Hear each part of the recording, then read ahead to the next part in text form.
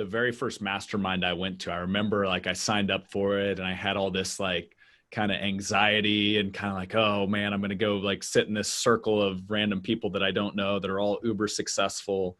And I think sometimes what we all forget is one of the scariest voices to listen to sometimes is the one in our own head, because the very first, kind of open session, I'm sitting there listening to like ultra successful CEO, like 600 employees, massive company. And he's like, I don't feel like I have any friends, and like we all have these insecurities, whether they're about being a husband, dad, like, are we doing this right? There's no rule book.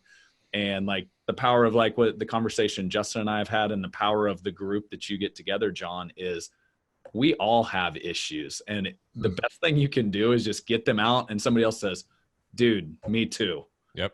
I feel the exact same way. And then you're like, oh, I guess I'm not that different than everybody else out there. And so like, that's what the conversation with Justin and I has been really cool, is like, we all struggle with things. We all have things we don't have figured out, but just having an open dialogue with somebody that you respect and trust and you can learn from, And it actually makes it even more fun because now our relationship is so much better and more deep rooted. So I'm even more excited to see Brad. And, and if he can't make it, I'm going to really bust his balls and give him a hard time about it. This is true. But, and then, it's fun because then we'll extend on afterwards. So like this last trip, we, got some time afterwards and just hung out, drank some great wine. I mean, Brad's as generous as they come and, treated John and I to some really fun, awesome wine. And we went to this, all-star, restaurant and had a killer dinner and a killer meal. And it was just neat, the relationship that, at first was like, hey, I'm Brad, I'm Justin. We don't know each other, is now to the point where we're, sharing anything and everything on our hearts with no worry or concern, no judgment. It's really a cool thing. Add one thing on there, John, Please, that was something I took from a guy named Don Yeager that was an early guy on my podcast. He did a lot of speaking for us. And he was like the assistant editor at Sports Illustrated forever. Wooden was giving him like life advice on how to be a better father and all types of different things. And so Yeager's sitting there just like blown away, being a fly on the wall.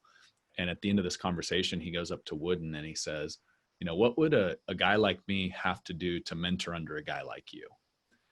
And Wooden like pauses for a second. And then he's like, well, he'd have to ask.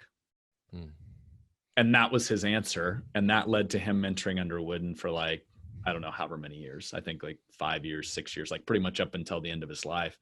And that was like, honestly, going back to how Justin and I's whole conversation started, like, just don't be scared to ask. The worst thing that could happen is no. Justin's like, sorry, dude, I'm too busy. Okay, well, and like, so going back to those one-to-ones, like just people you respect that you can learn from, like, it doesn't hurt to ask to go grab lunch sometime. The worst thing they can say is maybe another time, and that's something I've lived by that served me really well, just in business, friendships, all types of things.